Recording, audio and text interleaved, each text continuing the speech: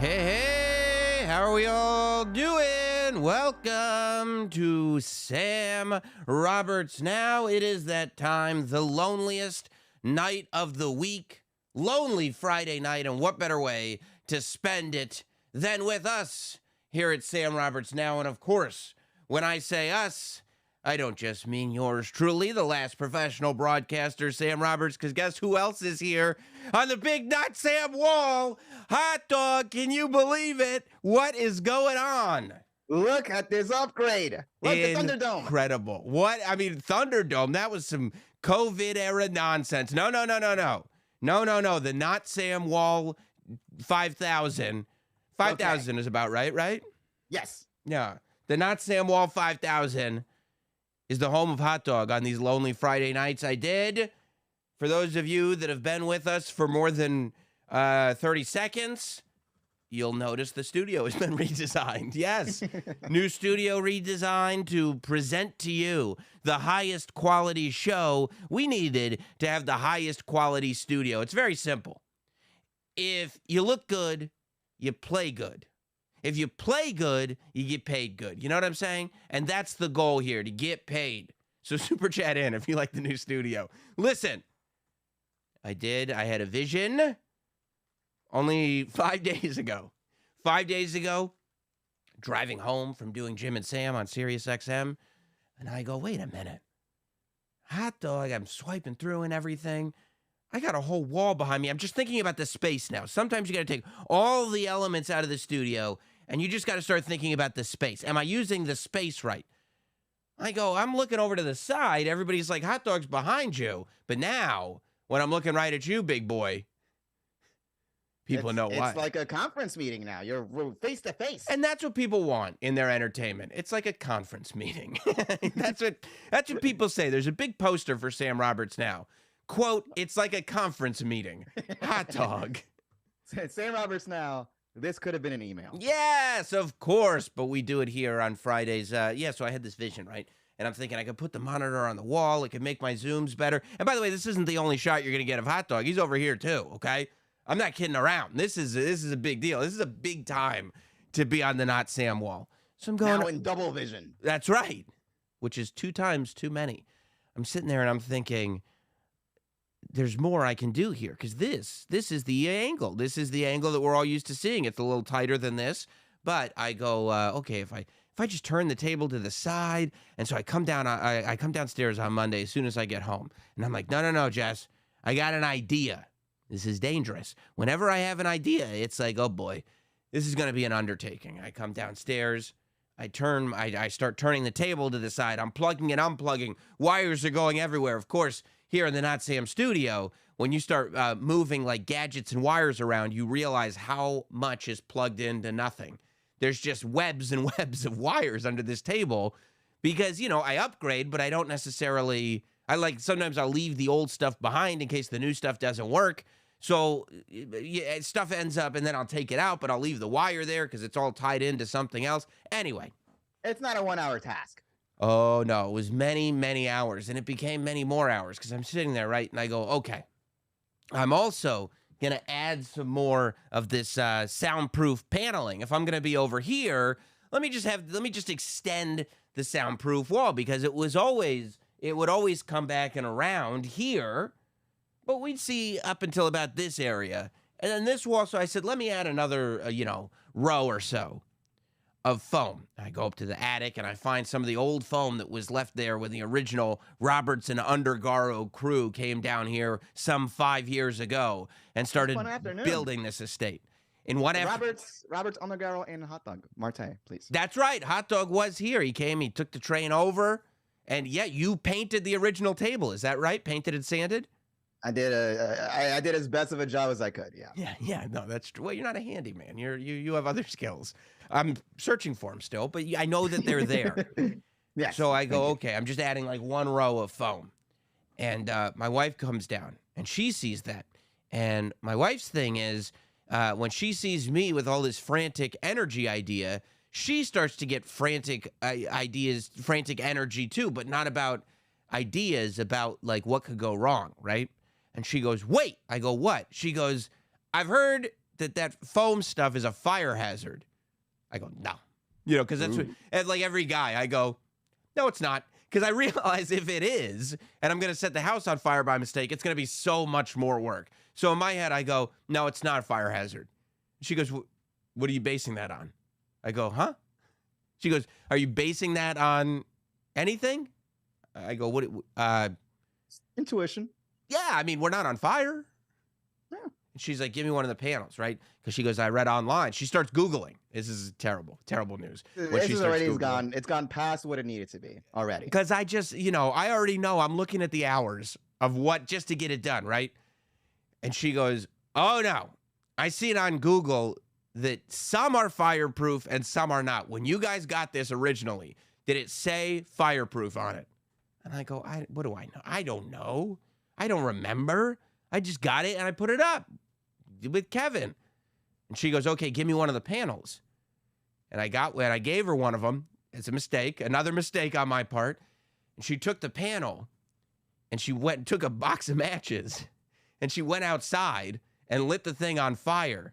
And when I tell you that thing went up, it went up. It was the most flammable thing I've ever seen in my life. And she came downstairs and said, I mean, this stuff is incredibly flammable. You have to take it all down right now. And I'm in the mindset of we're not taking down, we're putting up. Like we're building, not destroying. Exactly. Like we're adding to, because to destroy would mean rebuild everything. And so I go, no. I'm sure I go, you know, these women, she's probably just being hysterical, you know, just being one of these women. Right? Exactly. I go, well, a hot dog wouldn't make me redo everything. So I go, let me try myself, right? And so I take two of the panels because I go, this is what's gonna get her off my case. I take two of the panels. I go outside with a box of matches. Luckily, it had just snowed, so we had to throw piles of snow. Well, so I lit one of them on fire, and she was actually 100% right. It was extremely flammable, like a giant fire started. I was like, wait, let's see if it goes out on its own. And it wasn't even close to going out on its own. So then I go, this is how I'm going to prove it. I'm going to throw another panel on top of it, and it will smother it and prove that it's not flammable. It actually stops fire. Guess what? It got bigger. It didn't stop the fire at all. You're right. You're right on that, hot dog. The flame got much bigger. And not only was I not able to argue that it wasn't flammable, but it actually seemed incredibly dangerous to have all this foam paneling in my house. So I did that night immediately tore all of it off the walls. Every single piece of paneling came down off the walls. Then I went on Amazon and I said, look, I need this back up by Friday. It's now, that would have been Tuesday night. So Amazon Prime, baby. Exactly. I said, I need stuff that's fireproof and can be here tomorrow. And guess what we got? All of this. All of this natural wonder in our great, not only aesthetically pleasing, but soundproof and now fire retardant Notsam Studio. Is that not amazing, hot dog? We have a fire retardant Notsam Studio. It's the first time in history. Well, why don't they just make all the panels like that? Why would they make some panels extremely flammable and I think that it's cheap to make things very flammable. I think, and that's what they do. They go, well, we can provide you a great discount on some of this foam that you need. It's putting your entire family in peril, but in the short term, it's not going to cost you barely anything. And I need a lot of panels, so maybe we'll stick with that and then roll the dice. 5 years out of it. Yeah, I did, and it's like just full of electrical and lighting equipment down here. So we got lucky, hot dog. We made it. We are now fire retardant, and we're doing well. We're doing well. And this is the new Notsam Studio. I hope you guys enjoy it. If there's anything that you think needs to be tweaked or anything, feel free to leave it in the comments. If it's accurate, I might look into it. If you're just being obnoxious, I'll just let it sit there as a comment, collecting flies like the pile of dung that it is. I like it. You like the new studio, hot dog? I like it, and I don't think it's like it looks like, I don't think it's like it looks new, so it's it's refreshing kind of thing. I actually like There's something about, I feel like there's like more of a depth of field, even though you're kind of closer to the wall now. Yes. And it also looks like you did some auto white balancing on your cameras. I didn't actually use the manual. I didn't automatically white balance them at all. You can set those manually. You know, I have with a card and everything. Okay, no, that's what I meant. The opposite of that. It looks like you did some. Honestly, Hot Dog, I think that you just like the new studio because you get your own wall now. I mean, it's a plus, sure. Well, that's not just Hot bias. That's not just Hot Dog's wall. That wall is a multi-purpose wall, by the way. But it does, when I'm talking to you, I'm sure it looks more organic just to kind of look over at the wall next to the camera than go like, what do you think about that? Yeah. So, I think it'll be good. But you will no longer appear on the monitor behind me, Hot Dog. And we'll see if the people respond positively. I mean, I guess they would rather I just not show up in general. I guess. But now that I go to this shop more often, it's kind of a picture of a picture. So maybe I don't know if the resolution is the same. Maybe there's a nice, like, the Diane Sawyer Vaseline lens. That might be helpful. I think there's a little bit to be tweaked on my just so like the TV looks a little bit, I think it's fine. I think it's really fine. I think it's totally fine. But I'll tell you, Hot Dog, why there's no room for you anymore on the monitor behind me. By the way, you can super chat in and contribute to the upgrade cost of the studio. That would, if you're enjoying the upgrade, you could contribute. It's the beautiful thing about YouTube. But though you don't have to. I'm not counting. You don't have to. The reason, Hot Dog, that you can't get on the monitor behind me is because that is reserved for people who we can now say without the risk of a lawsuit are murderers. Murderers row. He is a double murderer. That is Alex Murdaugh. And I know, by the way, that I brought this up last week, that I said after watching the doc, I didn't understand why people called him Murdoch when it's clearly Murdaugh. Like, that's how you pronounce the name. I thought I had eaten edibles before I was watching news coverage this morning because everybody's calling him Alec. They're going, that's Alex Murdaugh. And I'm like, what? And there's text under it that says ALEX. And they go, yeah, Alec. And I go, that's not how you pronounce that. Those are different letters altogether. Those are two different names. You can't just go, well, my name's Alex, but I prefer to go by Alec. I mean, that's literally no different than me going, my name's Sam, but going forward, just call me John. Why? Just because. Maybe it's just his nickname, Alec Murdaugh. Yeah, the nickname thing doesn't do. Well, his name is Alex, but his nickname is Alec. It's the same number of letters and syllable. It's almost exactly the same. Why would you? Well, regardless, that's the least of his concerns because after being found guilty of murdering his wife and son, Maggie and Paul, Alex Murdaugh received two life sentences to be held one after the other, I believe. Not concurrently. Not concurrent. Concurrently means at the same time, right? Yes, concurrent is at the same time, so they'll be consecutive. Okay. Consecutive was the other word that you were looking at. Oh, that's rough. Yes, two consecutive life sentences. So, obviously he's going to appeal this, right? He's a prosecutor he was a prosecutor. He was he was banned from practicing law and also found guilty of 2 homicides. But he did practice law. Obviously, he's going to appeal this thing. But even if somehow he figured out a way to appeal his way out of one of the murders, he's still got a second life sentence that he's still just got, now it's just a whole life instead of 2 whole lives. So, but with good behavior, who knows? That's right. We can knock off half of one of the lives. So it's just life and a half now. Okay. All right. That's a step in the right direction. He is, and you can tell he's going to appeal because he's still insisting that he's innocent. In the beginning, his defense was, I wasn't even there. I have nothing to do with any of this. In the end, his defense is, I want you guys to know that I have lied about absolutely everything except specifically the murders. I still didn't do the murders, but I mean everything else has been a total and complete utter lie. So we'll see if that holds up in appeal. I can't hear him out. I can't see it happening. Hot dog, I don't know if you were I was glued this morning. I woke because this thing is moving lightning fast. Last night, Thursday night, or afternoon even, we find out that he's been found guilty. The murder trial was going on just a week ago. It was all good just a week ago. We were talking about the Netflix doc, which, by the way, they are just licking their chops for part 2. We're ready for a sequel already, baby. But we were just watching the Netflix doc a week ago.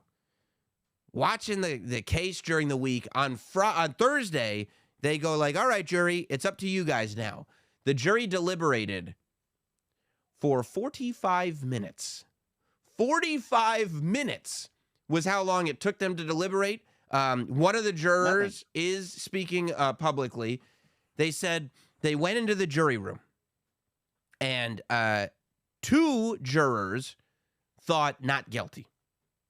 1 juror thought undecided. 9 jurors thought clearly very guilty.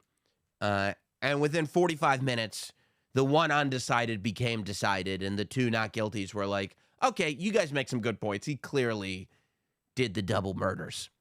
You think there's like yelling involved when something like that happens? Like they've been on that trial for weeks now, right? And yeah, they reach a not guilty verdict. What in 45 minutes can make you completely switch sides?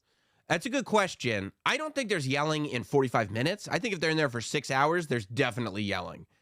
But I think in 45 minutes, it's like remember when you were like, that movie Nope was terrible. And in 15 minutes, I was able to convince you it was actually quite good. You were like, yeah, you're right. It was good. You think you'd be able to flip me during a trial? I mean, dude, let's be honest. And I say this with no disrespect. The jury is a representation of society, right? Theoretically, a jury at its best should be just a representation of society. There's probably more hot dogs than there are Sams in there. You know what I'm saying? Sure. Yeah. So I'm saying you'd get maybe like 3 not guilty verdicts if you were in there. Right. So I'm saying that there's probably at least 1 Sam in there that could go like, guys, I know you think not guilty because like the not guilties were probably like, well, there's this one thing and it's like easily disproven. You know, like they just spaced out during part of the trial. Like the jurors are human. You have to imagine that they definitely, some of them totally spaced out and weren't listening during some of the testimony. So that somebody just probably goes, he was lying. Like one juror probably goes, well, he wasn't even at the crime scene. And they go, they showed us a video. He was at the crime scene. He was lying about that. And then the juror go, I was in the bathroom during that. Oh, word? Yeah. Yeah. He was definitely there. We heard his voice. And then he told us he was lying. Oh, all right. Oh, all right. Yeah. Okay, he did it. He did that. That changes things. Oh, he did that shit then. Yeah, exactly. Yeah. So, I think that there's some of that going on. If it's only 45 minutes, there were probably just details presented to those 2 jurors that were like, oh, yeah, I guess I didn't think of that. Yeah, no, you're right. He did it. If you, for whatever reason in your life, got into an unfortunate situation where you were framed for a murder. Framed. And say, you're on trial and there are 12 hot dog types in the jury. What do you think your odds are here? I got to make sure that the stuff that makes it clear that I was framed is repeated multiple times. That would be it. It'd be like I go to my lawyers and I'd say, I know it's going to seem like overkill, but we have to repeat these points multiple times and say them very clearly and maybe tie in a pop culture reference. Maybe compare it to James Bond or something. Exactly. Like maybe look at me and go, does this guy look like Goldfinger to you? I mean, yeah, no. I've seen supervillains. He doesn't look, not guilty. Yeah, that's clearly. That's probably what it would be. But I was watching this morning, and the reason that I was glued in is because this judge was an absolute savage. Have you seen any of this judge? Oh, dude. I mean, he's just sitting there in the cut, watching the case, listening to these lawyers, listening to the testimony, all this stuff. And when it was his time, because the judge really doesn't do a ton until, he makes sure that everybody's following protocol and everything, but it's sentencing. Overruled. And they overruled, yeah. But when it came to, it's like, this is sentencing. Yesterday was the verdict. Today is sentencing. After all this time, it's time for my show. And he sat there for 20 minutes. And he stripped down Alex Murdaugh. Not Alex Murdaugh. Alex Murdaugh. He stripped him down to his core and then spat upon that core. Just completely showed him naked for the world to see. And it was sheer brutality of the grandest kind. It was everything you want out of a judge on a murder case. It was just, it was awesome. It was pure awesome. Listen to some of this. This is, like I said, Alex the whole time. And look, it's 20 minutes. It's 20 minutes to tell him. It was great. So it's 20 minutes to tell him, you're going to get 2 life sentences consecutively, not concurrently. But the judge, a whole Monday Night Raw intro promo. Yeah, it's segment 1. It's the A segment. And the judge, what was great about it is I'm watching on YouTube, right, on this Law and Crime YouTube channel is where I watched it live. Dude, if we can get 200 people watching us live, I'm like, okay, good night. You know how many people were watching this thing on this channel live? How many? 300,000 were streaming live to watch this thing. And that's not even counting television. That's not counting people who are going to watch it later. That's just the live stream on just this one YouTube channel. So that means it's in the millions now. Yeah, sure. by a mile, right? So this judge is sitting there, right? And he, even though the state didn't pursue the death penalty, he said, he basically said, I completely respect the state's right to not pursue the death penalty, but everything you were found guilty of does line up with the statutes of this state's death penalty. And the judge is sitting there saying, I wish, if I could sentence you to death today, I want you to know, Alex, I 1000% would. That's what he was saying. And the chat is just going crazy on YouTube. He's about to give him the death penalty. He's about to give him the death penalty. And it just... Fire emojis. Oh, there's so many fire emojis. Yes. Yes. But listen to this. Listen to this. This is, as I said, Alex Murdaugh was claiming to be not guilty even through sentencing. There's so much to this and what's going on here. Listen to this. And if you opt to do so, it's on you. You're not compelled to say anything. So he's saying you can say something, but you don't have to. Go ahead. But you have the opportunity to do so. Judge, I tell you again, I respect this court, but I'm innocent. I would never, under any circumstances, hurt my wife, Maggie, and I would never, under any circumstances, hurt my son, Pawpaw. Well, and it might not have been. He threw up the pawpaw. He threw up the paw. No, man. He sounds legit. I would have heard that and be like, maybe we made a mistake. Dude, I told you guys he wasn't guilty. He said pawpaw. Did you hear him? Meanwhile, the whole time he's talking, all right, I want you to watch again this time and pay attention to the cop who's right behind him. This guy right here. Pay attention to him. Because when he says I'm innocent, the guy goes, oh, come on. Respect this court, but I'm innocent. Look at I him would scowl. never, under any circumstances, hurt my wife, Maggie. No. And I would never, under any circumstances, hurt my son, Pawpaw.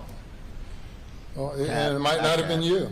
Cap. It might have been. You think Cap? Cap. That's what the cop behind him is saying. Just throwing up the blue cap emojis. Cap, cap, cap. Cap, Your Honor. We're not that far away from lawyers just shouting the word cap in a courtroom. Let's be honest. I mean, we're there. Your Honor. That's cap. This court finds you in cap. Okay, now listen to the way the judge responds and watch Alex's face here. Hurt my wife, Maggie, and I This would guy's never, now under any cap. circumstances, hurt my son, Pawpaw. Well, and it might not have been you. Okay, you hear the judge just said it might not have been Might you? not have been you. And look at his face. He's like, he knows. He's on my side. He gets it. Could have been somebody else. It might have been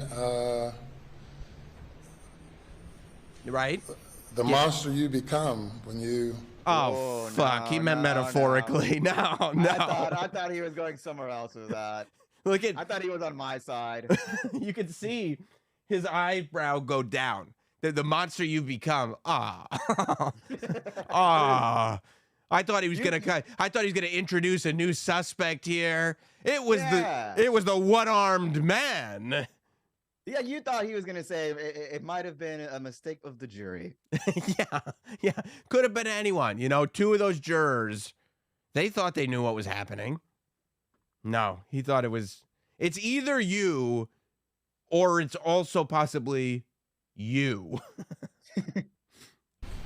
Well, and it might not have been you. He's nodding. He's like, see, yeah, you're right. Might not have been me. Could have been somebody else, thank right? you. Judge, who do you think it could have been? It might have been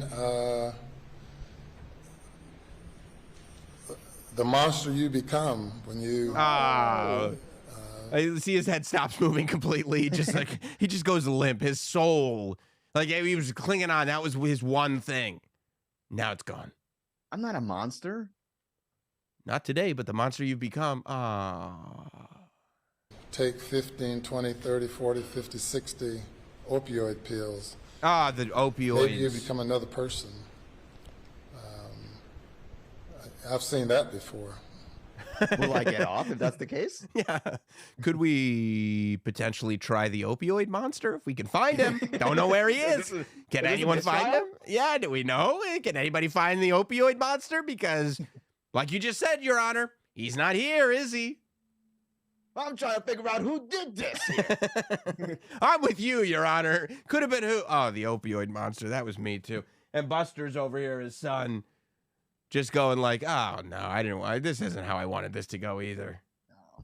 Yeah, the person standing before me was not the person who committed the crime. Yes. Though it's the same individual. Oh. He keeps giving him hope. Yeah. We'll He's leave doing it that on purpose, at that. too. That's what I mean. That was the savagery of this judge. He was talking slowly. It's 100% on purpose. Maybe it wasn't you. Maybe it was you on drugs. Oh. I like that first part. Before announcing sentence on these cases, with regard to all of the other Making him sweat. pending cases, All the other ones. are any of them You know, the murders that people are re-looking into, you know, that surround him. Don't bring those up. I don't want more life This sentences. ain't the last time you're gonna see me. No, this is Some more life sentences. This is a lot of life sentences. See, the problem is, this Murdaugh is an officer of the court. He's a lawyer. So the judge, I think, part of this, number one, he doesn't like people who kill their families. A lot of people don't. That's something you go like, that's not, a lot of people feel that that's unforgivable and not justifiable. The other thing is, I'll bet this judge really doesn't like it when lawyers show up as defendants because it means they weren't taking their responsibility as a man of the law seriously. And It's like Saul Goodman on the series finale, but he got off. did he murder his family? He did not. He did not murder his family. See, Alex Murdaugh, according to the jury, did. here in Culloden, or I'm sure some of them are? Yes, sir. Half of them, or I don't have that in front of me, but there are a substantial number of charges here. There's some in Hampton. Oxford. Substantial charges. I mean, it was just a lashing of this Alex Murdaugh. It was like, not only are you going to jail for life, but I'm going to spend the next 20 minutes berating you from top to bottom. And you're going to enjoy it. Or not. Doesn't matter. I loved it. So much fun to watch. This was the video. So the problem with this whole case was Well, a lot of it. Number one, he killed his wife and son. That was a Murder. huge, Yeah. his double murder of his family members was a big problem. But he goes up, right? His original story was that on the night that his wife and son were killed, he saw him at dinner. He had dinner with them, right? Planet Pizza. Yeah, and it's in Woking. It's very uncommon. But he has dinner with them, and then he don't see him again because he goes to take a nap because it's 8 o'clock at night, and that's the perfect time to take a nap. So far, it's making a lot of sense to me. that's, again, if you were on the jury, you'd be like, let's hear him out. Yeah. So he says he's taking a nap, right? And then he wakes up either before or after the nap. He takes a shower because he was sweaty. And, oh, wait, no, we don't know about the shower yet. So his first story is he took a nap, woke up, went to his mom's house, came home, went to the kennels because he knew that's where his wife and son were hanging out, and he didn't know where his wife and son were, Maggie and Paul. And boom, there they are with their heads blown off. Paul with a shotgun, I believe, Maggie with a rifle. 2 guns that the family owns. So that's what he said, right? And so then the cops go, well, it took us several months, but we found this video on Paul's phone because they couldn't unlock Paul's phone because Paul had been killed, but they had his phone. So they finally unlocked it, and they found this video from the night he was killed, right before he was killed, in the kennels where he and his mother Maggie had been, where Alex said he was not. Get back. Get back.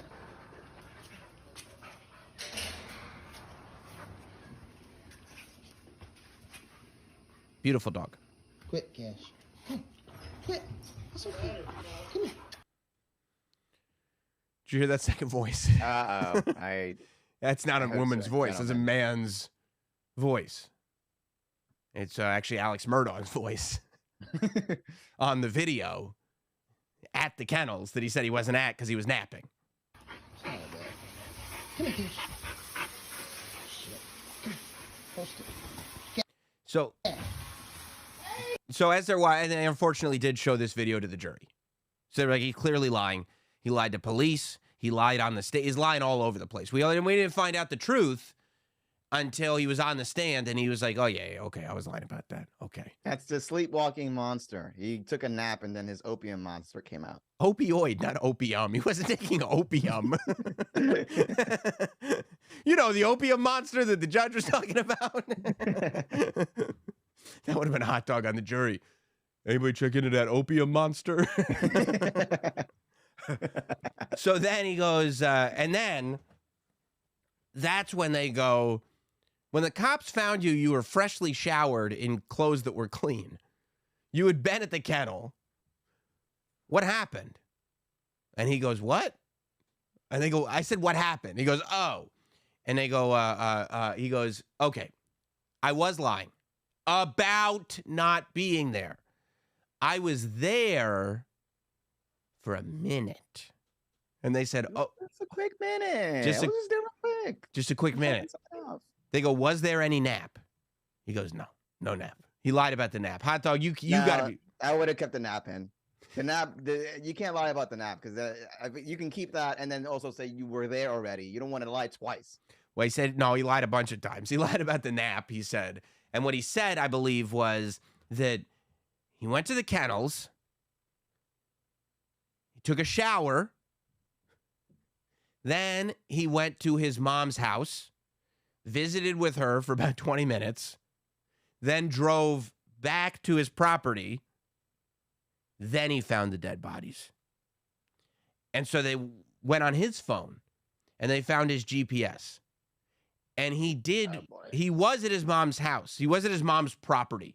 They can place him in his mom's driveway for a short period of time. They also know that he drove 80 miles an hour to get to his mom's house.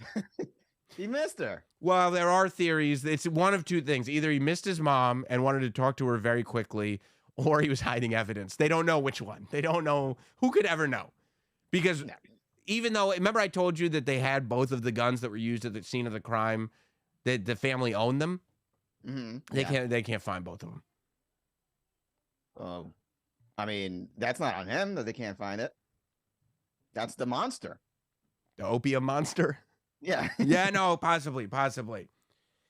So, that was really kind of the big lie. But once they found out he was a liar, the prosecutor just went to town on him. I mean, look at that face. Come on. You think that's an honest face? Oh, Yes or no? yes, it is an honest face. Oh, okay. Oh, Excuse me? You say that, but you lied to Maggie, didn't you? I did lie to Maggie. You lied to Paul, Sometimes. oh, your sometimes. father. Okay, lied to your father. I'm sure I did at some point. Oh. Did you tell him all the stuff you'd been up to over the years before he died? No, I didn't tell him. Did you lie to your brothers? About financial things. About I what? lied to Randy at some point, I'm sure. I mean, this isn't fair. What is he? Is he asking if he's lied to his family members ever in life? I mean, I think he's trying to paint the picture that he's a big liar. oh, okay, but like, you could ask anyone that. Have you ever lied to your mom? Have you ever lied to your dad? Have you ever lied to your... well, if they said, have you ever lied to your dad, you'd go, trick's on you. I don't even know who my dad is. Aha. Ha now Can't who's lie in about charge? that. Ha ha! Looks like you didn't do your research. But yeah, these questions are kind of what's it called? When you ask questions, these are leading questions. Oh, I see. Your Honor. Have you ever lied to your son, Paul? That's a... Yep. Maggie? Yeah. Your dad? for sure. Mhm. All the Brother? time. Yeah. About financial Time stuff? you saw it. Yeah. Because I've told them I've been broke before when I'm not. Well, see, the problem is that, like, that's why they're saying that he killed his family. Number one, I think he was on drugs. Like, he had a huge problem with pills. He was taking money out of his family's business to buy a ton of drugs, for sure. I think he had a problem with drugs, right? I think he was making bad decisions on those drugs. One of the decisions he made was to kill his family. No. What? It's a big no-no. Yeah. Oh, I thought you said we don't know. I was like, no, he's found guilty. We know. So they're saying that it was twofold. Well, it's multiple fold, maybe three or fourfold. His son Paul was going to be sued by the family of this girl Maggie who died in the boat accident we talked about last week that Paul caused because he was driving drunk. So there was a thing that in that lawsuit, all of his financial problems that he's had with his business, he's very, very, very bad with the money. He was stealing from his business. And so apparently. So all of that information, maybe that would have come out at the trial. He had to avoid that lawsuit. He had to distract from his web of lies that was going to come tumbling down on him. And he had to hide it from his family and stop his family from talking. Let's kill two birds with one stone. Yeah. And Yeah. instead, Like, yeah. I mean, look, he was efficient of anything. With Yeah. his problems. Yeah. The lack of empathy or sympathy that anyone has for this man is, I think, reassuring. I like how little people care to feel for him because he's a horrible human being. But I was watching, and this is just something that I had to pull myself when I was watching this morning. Listen to the anchors gleefully talk about this. Well, like I said, they didn't believe any tears. They just said they saw snot. That was the only thing. So they're already making fun of his boogers, because he was crying. There he is, crying on the stand. Come on. But there weren't tears necessarily coming down, just snots coming out of his nose.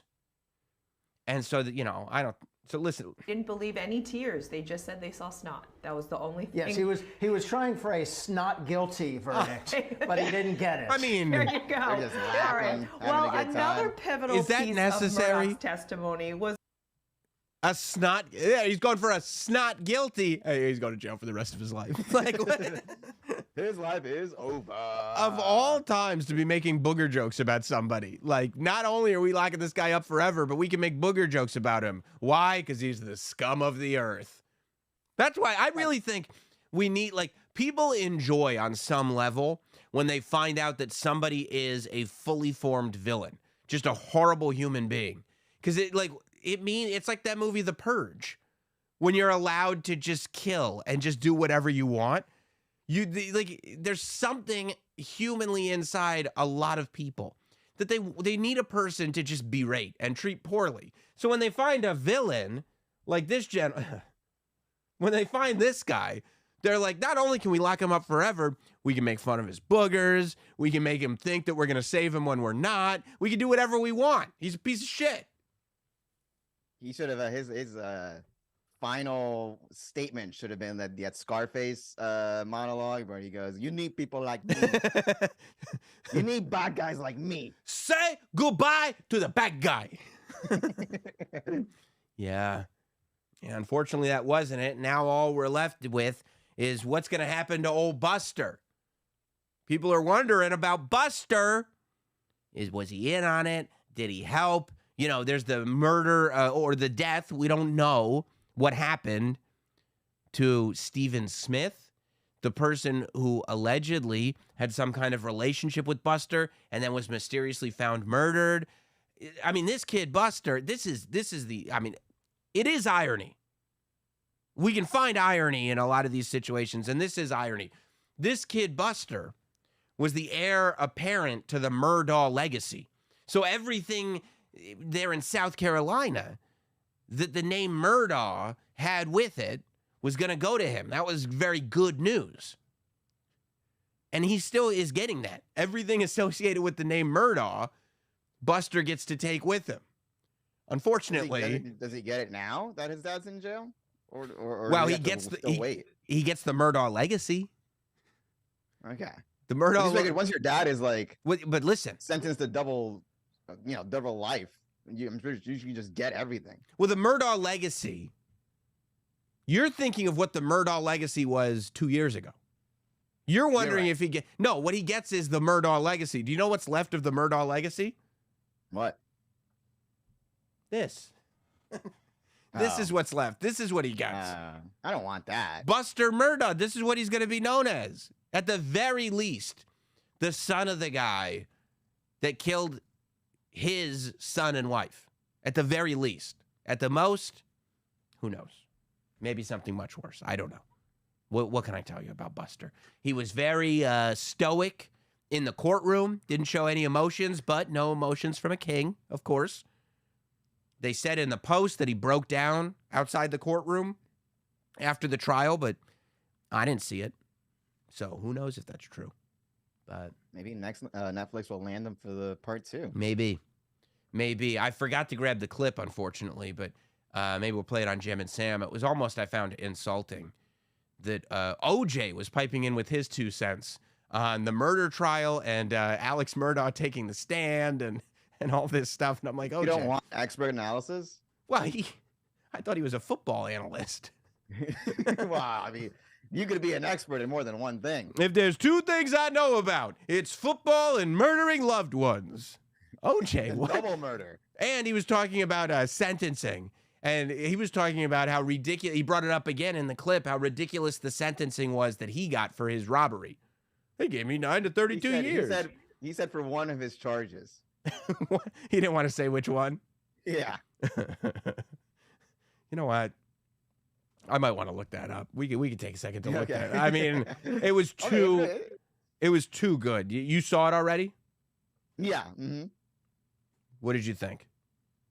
I thought as someone who has been in and out of that system, he had a lot of great points, and I mean he predicted correctly, didn't he? Yeah, I would say that he did predict correctly. Yes, he wasn't wrong. It was, but it was the lie. No, that's a good point. But it was almost like he was bragging. You know what I mean? Like when you see somebody, it was like when you see somebody when he sees somebody on the football field who's not as good as he was, he can kind of go like, yeah, but you're not, me. You're not the king. Right. And now it's like I feel like OJ's taking advantage and he's taking ownership of the fact that he's the king of getting away with murdering loved ones. Here's what he did wrong. Yeah, OJ is the king of getting away with a double homicide involving loved ones, which is exactly the situation Alex Murdaugh found himself in. The only thing he was missing was like a marker on the screen so he could do like X's and O's and track where he went wrong. That's 100% right. Here's OJ. Hey, Twitter world, it's me. Hey, Twitter world. That's truly. Well, a whole lot of people asking me what I think about this Alex Murdaugh I love trial. that too. People are asking. Like, it's not, he doesn't want to give his input here, Hot Dog. He's not trying to just say, hey, I thought it appropriate. Me and my past, I thought it appropriate that I do this. He's doing this because other people are asking him to. I'm sure people on Twitter were asking him, but I don't think he realizes that it was kind of more of a joke on him. It was a troll. It wasn't a real question. I don't know why they think I'm an expert on it, but I do. I got to admit, when he took the stand, he says that cheekily. I don't know why they think I'm an expert. I just killed my wife. Wink, wink. You know what I'm saying, right? Financially responsible, not criminally. A guy who's an habitual liar. I did watch when the trial first started. I watched him take the stand, and I thought it was probably a mistake because the guy is an admitted liar, and it's hard for me to think he can be on the stand 5, 6, 7, 8 days. Did OJ take the stand? I don't think OJ took the stand, did he? I don't know if he did or not. I don't think they just had him do the glove show. Yeah, look it up while the juice is talking. Without lying. Question is, what did he lie about? But lying and stealing money is a little different than murder. I realized in watching them testify what he was doing. He was just trying to relate to one or two of those jurors that he was a good old boy. He was one of them. And I'm not sure he didn't. Yeah, OJ doesn't know anything about what it's like for a murderer to try to get away with murder by making himself seem relatable to specific jurors. Like, I don't know, redecorating your entire house so that the jury finds it relatable. No, OJ doesn't know anything about that. Says during the trial, which lasted more than 8 months, 150 witnesses testified that Simpson did not take the stand. Hey, see? OJ's like, number one, you don't take the stand. Number two, hey, that's what he said. OJ's telling you. I mean, did you see that scene in the show when Johnny Cochran hid all the photos of OJ with his white friends and just so that the jury would be like, oh, yeah, he's one of... It's exactly what OJ's telling you. OJ is giving you his get away with murder strategy and saying this is what Murdaugh should have done because it works every time. Also, how long did this stand, right? The Alex stand trial take? It wasn't not nearly. No. The OJ trial was specifically long. I feel like they pop them out a lot faster nowadays. Yeah, I mean, I think the OJ trial was unconventionally long, but it seems like back in the 90s they loved those long trials. The Menendez brothers trial seemed long. I don't know. Yeah. In doing that, I am not qualified to really say if the guy did it or he didn't do it. You're not qualified to say if you did it or didn't do it. Hour of testimony, they no longer qualified. I've missed days that I haven't watched this. But from what I've seen, do I think it's more likely that he did it? Yes. But more likely... Look at him throwing his fucking hat in there. Can you... the nerve... The sheer audacity of O.J. Simpson to accuse someone... That guy seems like a murderer to me. What a troll O.J. Simpson is.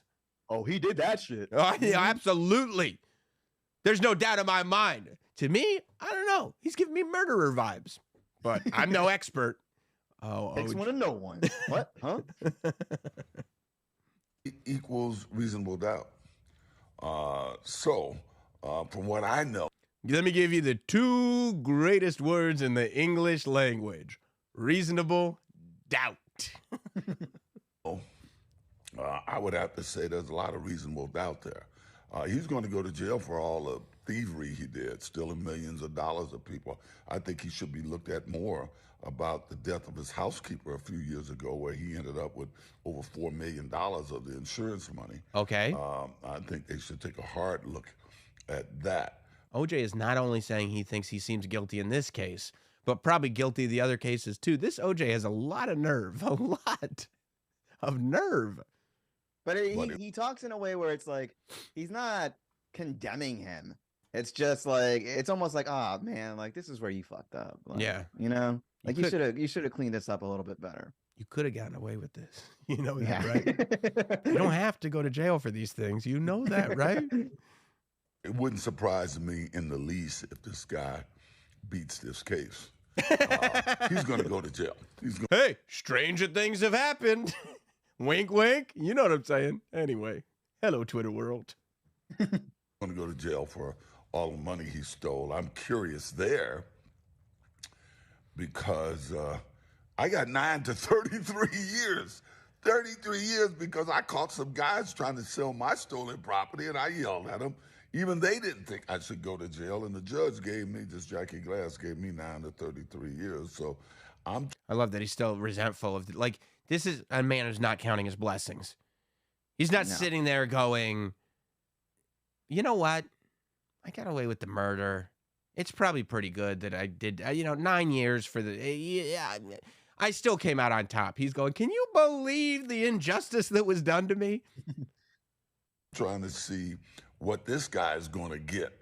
I was up there with guys who had robbed casinos and robbed banks 2 or 3 times, and they had half the time or a third of the time that I got.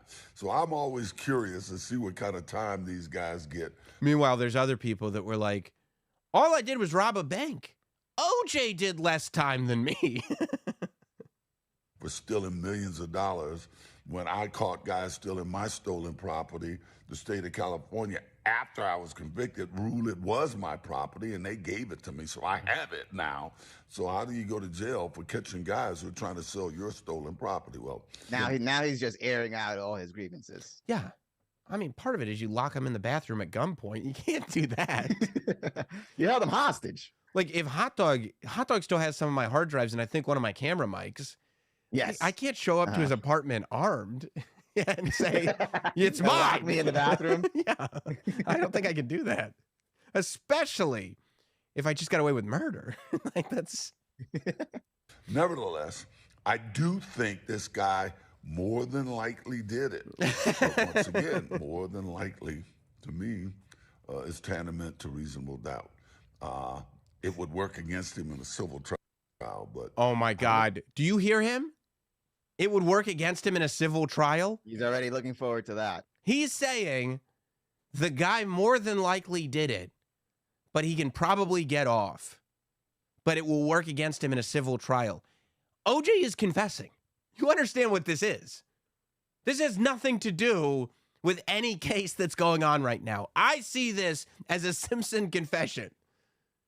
At this point, he could just confess and say he did it, and he still wouldn't be able to get any time or anything, right? I don't know. He better make sure that double jeopardy law is ironclad if he does that. Go to a lawyer. No, if I confess to the murderers, what's the double jeopardy rule like nowadays? Poor Marsha Clark is sitting there. I told you! I told you! I don't know if it's going to work against him in this criminal trial. Wouldn't surprise me in the least if he beats this. I'm just saying. Take care. Oh, my God, OJ. I mean, talk about adding insult to injury. This is insane. What a good talking head expert. That man knows this stuff. Yeah, I mean, I bet one of the networks would hire him if he wasn't guilty of, or they didn't think, because he's not guilty criminally. No. Mm-mm. He is of the stealing and the stuff, but the murder stuff, he's not criminally guilty of that. But I think a lot of the news networks still think he might be. Still shying away from him. Yeah, I think so. To me, there was something even bigger that was kind of rotating in my head. A lot of people really felt one way or the other about Alex Murdaugh. Actually, I didn't meet anybody that felt the other way about Alex Murdaugh. But just as big a question as to whether or not Alex Murdaugh is guilty is this. Is Michael B. Jordan, who this is, what is this, 2020's issue? Shout outs to People Magazine. Yes. I think he's our forever sexiest man of the year, personally. You know, not just 2020, but every year. But the question, the debate that rages on, is this man 2020's sexiest man alive? The man who not only now stars at Creed 3 came out this weekend. Not only is he the star, he now is the director of Creed 3. Is Michael B. Jordan corny? This is the debate that rages. Is Michael B. Jordan corny? Can you be the sexiest man alive and be corny? Can you be in Creed 3 and be corny? Can you be on The Wire at 14 and be corny? I don't know. I'm not here to say one way or the other. Hot dog, Michael B. Jordan, corny? Well, there's different eras of Michael B. Jordan, like you just described. No one's going to call Michael B. Jordan today, 2023, corny. Well, it came up. It came up. Did you see this clip? Yes, of course. Is such. Talk of the town. I mean, it is so worth analyzing. It's like, you know, they say like celebrities, they're just like us. This is like, we were talking, you know, I love petty celebrities. I love petty people. Yeah. I love pettiness, right? We were just talking about Warren Beatty last week and how just unreasonably petty he was with the Dick Tracy character. I think this was petty. Oh my God. Another case. Oh my God. I love that there are some people that no matter how good they're doing, they still have time to be petty. I love that. I mean, it means that they're honest humans. I think that that's a great trait. But this right here, that's L'Oreal. L'Oreal is a media personality. She's on this show here, The Morning Hustle. She does a podcast with her co-host. She's all over the place reporting. She was on the red carpet of Creed 3. She also went to middle school with this man right here, Michael B. Jordan. It's pretty cool. And so it's pretty dope, right? You're going to interview the guy? Remember middle school? That was fun, huh? Yeah. Yeah. So this is how it went down, though. First of all, you can already see his face. Like, you can already see he looks like he's Creed, ready for a fight. Like, it's a combative stance. Yeah. Morning Hustle Show, we got Michael B. Jordan, the director and the star of Creed 3. And, you know, we know each other. We go way back all the way to Chad Science in Newark, okay? Oh, the corny kid, right?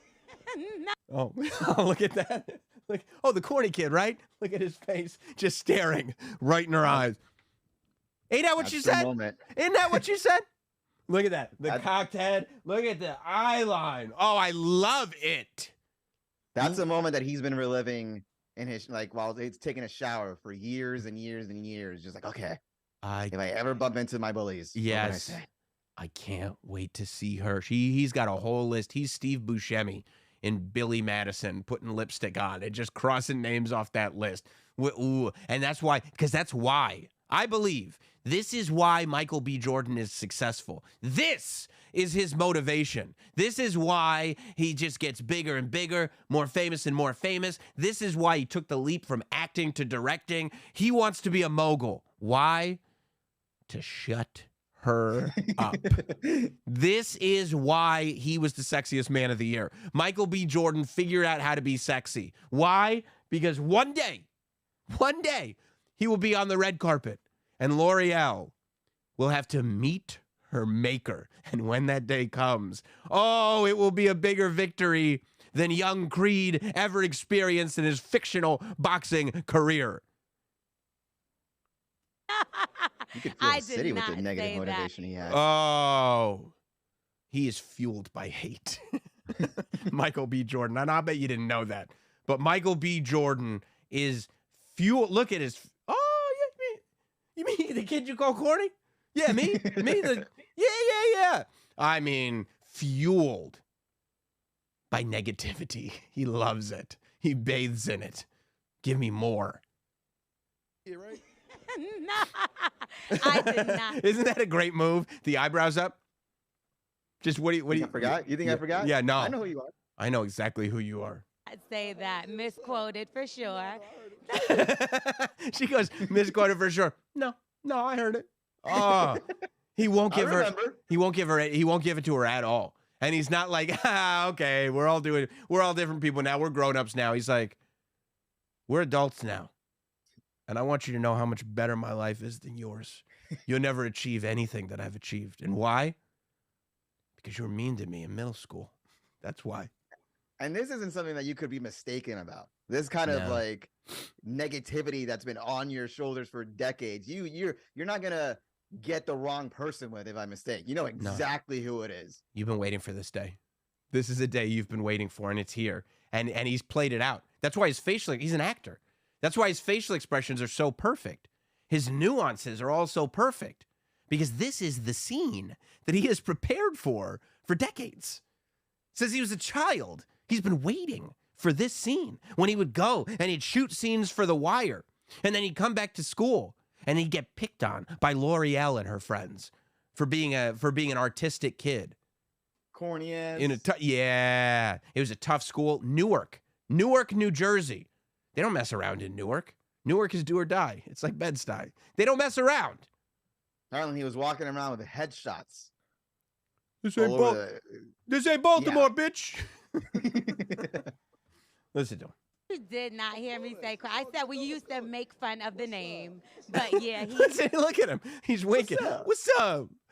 He's like one of those like Frank Lucas gangsters, like American gangsters, you know what I mean? Like and nudging her. Yeah. What's up? Just like, I'm smiling at you, but I'm in complete control of this situation.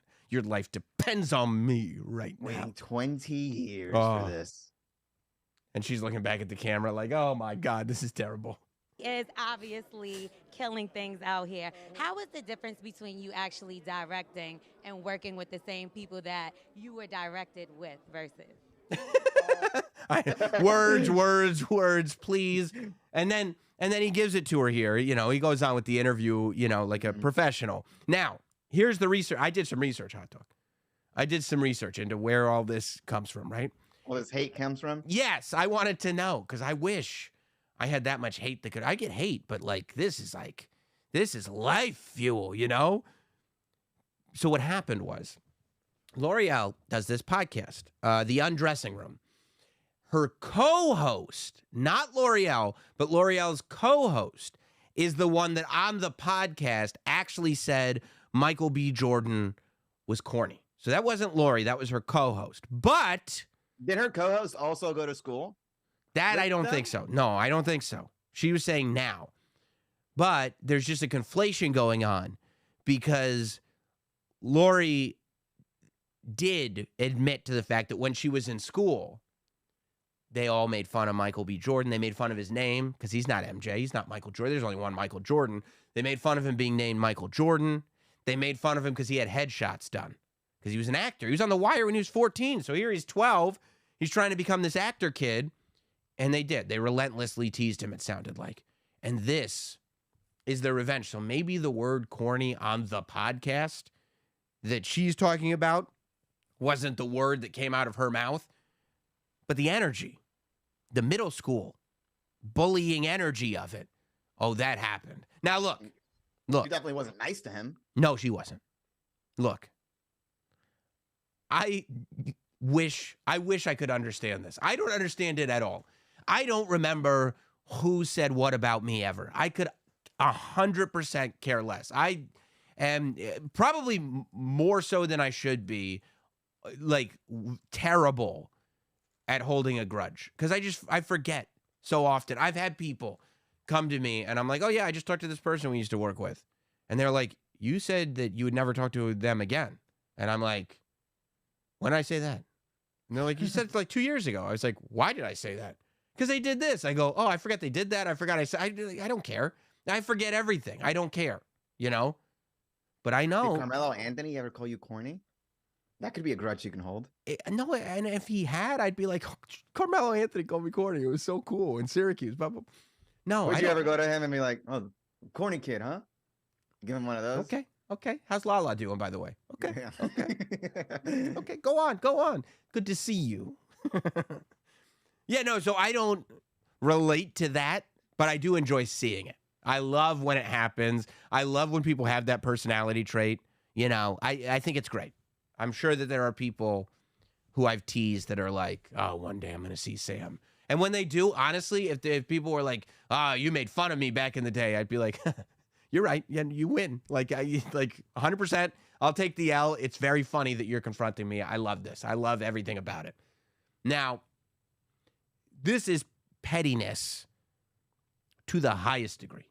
Like Michael B. Jordan there's no reason to even think about middle school at this point. Like he's as successful in his industry as anybody can be, but it hurt his feelings and he's carried it with him. He's a sensitive guy. I don't think that, to sit there and say like, well, we don't like L'Oreal anymore. I didn't even know who she was before this clip came out, but we don't like L'Oreal anymore because she was mean to Michael B. Jordan in middle school is preposterous. It's absurd. But for L'Oreal to try to cash in, this is my problem. L'Oreal tried to cash in on the fact that she knew Michael B. Jordan in middle school. If you were a schmuck to him in middle school, you can't pretend that you were friends once he blows up. You have to take the L on that. Back. Yeah, you can't do that. You can't do that. If you were a schmuck, then you're like, you know what? He was right to bring those headshots in. We probably shouldn't have teased him. Didn't you go to school with Michael B. Jordan? Yeah, but I made fun of him all the time. Like, that's just not something we can. Yeah. Oh, me and him? We were cool. Right. Buds. That's why I think, because there are some people that are like, she doesn't deserve this. Michael B. Jordan's at his highest, and he's using that time to push her down. But she did bring this upon herself. She does deserve this, not because of what she did in middle school, because I don't care about that. Number one, it's funny, so who cares if she deserves it or not? But number two, she does deserve it because she pretended they were friends, even though she teased him. He was not gonna let that slide at all. You remember that, right? No, I heard you. No. Oh yeah, you. Yeah. So that's where I stand on this. Hey, before we get to Super Chats, the rules of Sam Roberts Now. Every Super Chat gets read here on Sam Roberts Now. So if you'd like to contribute to the show, if you'd like to make a comment on the new digs, on the newly redesigned Notsam Studio, or any of the stuff that we've been talking about tonight, please feel free. Super Chat it in. We'll acknowledge all the Super Chats in just a second, because before we get there, we have to look forward to the weekend. Hot dog, we got a big Jon Jones fight coming this weekend. He's back. Yes, he is. And I'll tell you, I don't watch every UFC pay-per-view. I follow it very, very casually. But there's just something about Jon Jones that I will always root for. I will always pay for a Jon Jones fight. What? And I want him to win. Here's what it is. He doesn't seem... You don't think I should root for him?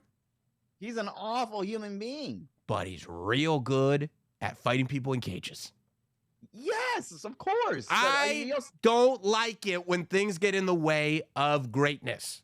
I like to see greatness. I like to see people be great at things. It's frustrating to me when people, even if they get in their own ways or whatever, they can't be great at things.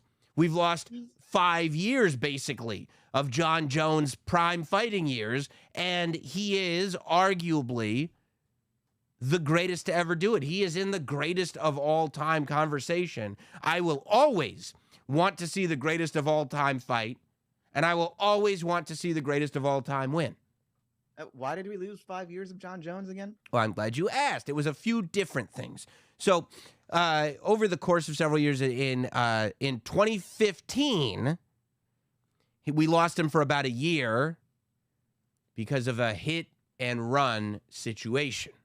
We had a situation, there was a hit with a car and a run from the car, and Jon Jones had to take a year off. And then he came back in 2016, and he came back, and then he left again. And then he came back in 2017, and then he left again.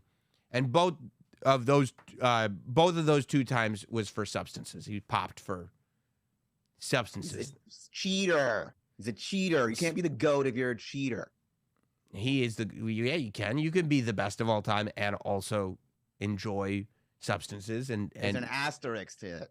Well, yeah.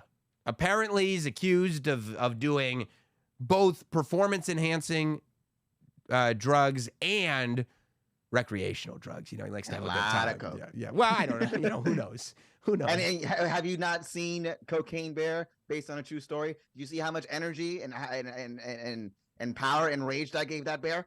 You think that's helping the ring? You mean it chased down an ambulance? It ran as fast as an ambulance. No, you're right. You're right. I guess you're right. But he's whatever. He's cleaned himself up. He's in a good place. He's gained 43 pounds, hot dog. 43 pounds to enter into the heavyweight division for the first time. I mean, what a spectacle this is. Look, Pudgy. It's not an accident that he gained 43 pounds. First of all, look at this guy. He's a beast. He's a monster, okay? Is that recent? Is that a recent one? Yes, it's a recent one. Okay, all right. He's big. You want to gain muscle, right? You're trying to gain muscle, Mr. Hotshot. I don't like Jon Jones. Yeah, no, what I'm saying, the weigh-in today, he looked a little pudgy is all I'm saying. No, he's a heavyweight. That's the weigh-in. Look at him flexing. Okay, I saw some other photos. Well, he looks great there. He does look great there. Well, he's got the opportunity to kind of suck it in a little bit and everything. But, I mean, look, it doesn't matter. He's fighting heavyweight, dude. It's Jon Jones and Cyril Gane tomorrow, UFC 285. The heavyweight title has been vacated. Francis Ngannou is gone. So they need to crown a new heavyweight champion. I think it's 3 years since his last fight. By the way, in 2020, he came back. And then in 2020, Jon Jones left over pay disputes. Right. Pay disputes. That's fair. That's fair. And so after 3 years, he's back, and he's coming for the heavyweight title. This is amazing, hot dog. This is an amazing story. Look at the stare downs. You tell me Jon Jones doesn't look cool there? Nah, he looks cool as fuck. He looks look cool. His hat's on backwards. Probably coked Look up. at this. No, he's not coked up, hot dog. Look, he's pushing the title out of the way, right in Cyril's face. Right in his face. Look him up, look him down.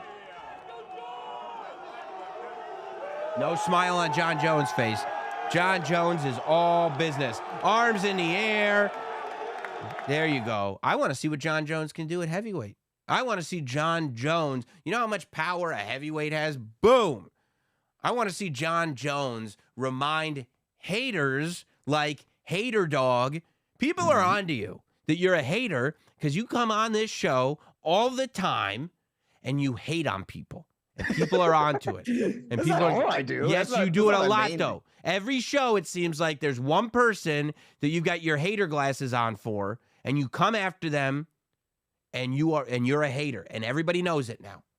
I'll have you know, I was a big Jon Jones fan when he was starting up. I was there for his first light heavyweight title victory. Oh, and what now? The morality of it all is just too much. Are you pearl clutching Jon Jones?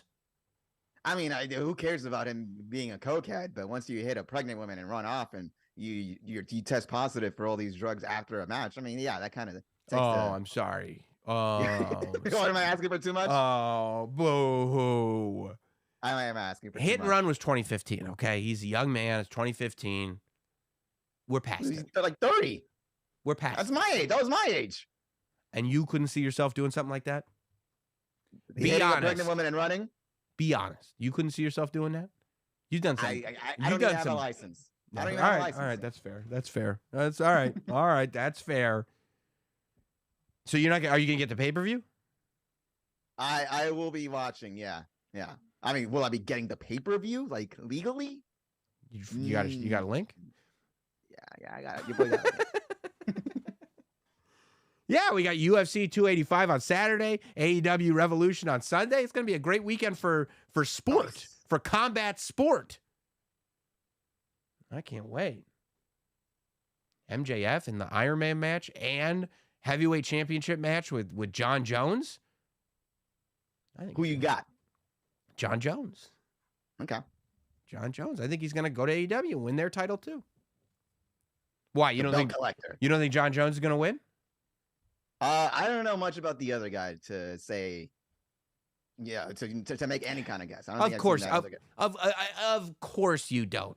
Because that's the type of person you are. That's the type. Be honest. No, because you're a piece of shit. That's the type of person you are. You're a rat piece of shit. Because you're a rat piece of shit. Because that's the type of person you are. That's the type of person you are. You don't even follow the sport, but somehow Jon Jones steroid use has you all in a tizzy. You don't even watch. Can you stop cursing, Mike? You should turn your station off. that was the other one. Yeah, that one ruled Yeah. too. Yeah. Well, we're looking forward to seeing you at the show tonight. Thank you, Mike. Fuck you. Oh, all right, guys.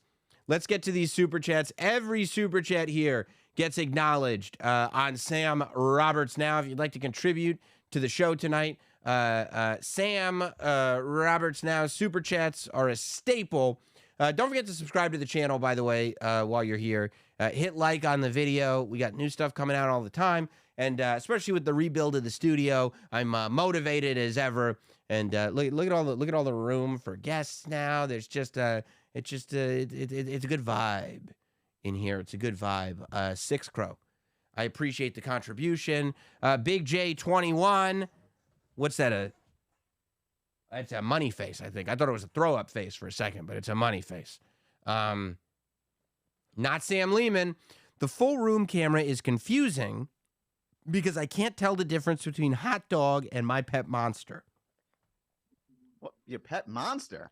Well, I have a see there's in the corner there. That's a my pet monster, the blue and purple monster. It's a big, it's an ugly monster, but most importantly, it's got these big giant teeth. I'm gonna get the Roman Reigns special one of these days. Get some new chompers. Yeah, I don't know that Roman got a teeth shrinking. Oh, this is a good one. Greg Schmidt said, "Can we name the wall hot dog is on the wall of shame?" That's not nice. I should. You know what I might do? I might make a sign that says wall of shame. And should you say something stupid or hate on somebody too much, I'll come out of the booth, walk around, and put up the wall of shame sign on your on the wall there. I think that's a good idea. Or just have a little thing that says 0 days since hot dog hated on someone. Just always mark it. I love it. I love it. PHWOFL. Hey, Not Sam, what was your favorite moment from Jocktober? Did you ever meet anyone that you featured other than Scott Shannon? Three in my house. Yeah, I don't know. Like, if you're asking if there's been any like Jocktober related interactions, I don't think that there have been. Not that I recall. I think probably my favorite one. I thought the one that turned on me was funny. I always liked when stuff like that happened that made it unpredictable. When I brought in the show, and then I couldn't really sell a O&A on it, and then the guys actually called in because they were fans of the show. And so everybody just started shitting on me. I thought that was funny. You've seen Todd Pettengill. That's how you say his last name, right? Yeah, I have seen Todd, but we said hello and didn't acknowledge that there was a... I hope he doesn't remember. And then I hope he doesn't just put two and two together. And then I also like the one that it was Opie's college roommate or whatever, his radio friend from college. And I didn't realize it, obviously, when I pulled the tape. I had no idea. But halfway into the Jocktober segment, Opie was like, "Oh no!" I just he recognized the voice and realized that he couldn't do it. I like when stuff like that happened. It was funny. Rick Taylor says, random question. I missed my chance to see you at CB Live Desert Ridge in Arizona. I was wondering if you would have another show coming this way this year, possibly. Listen.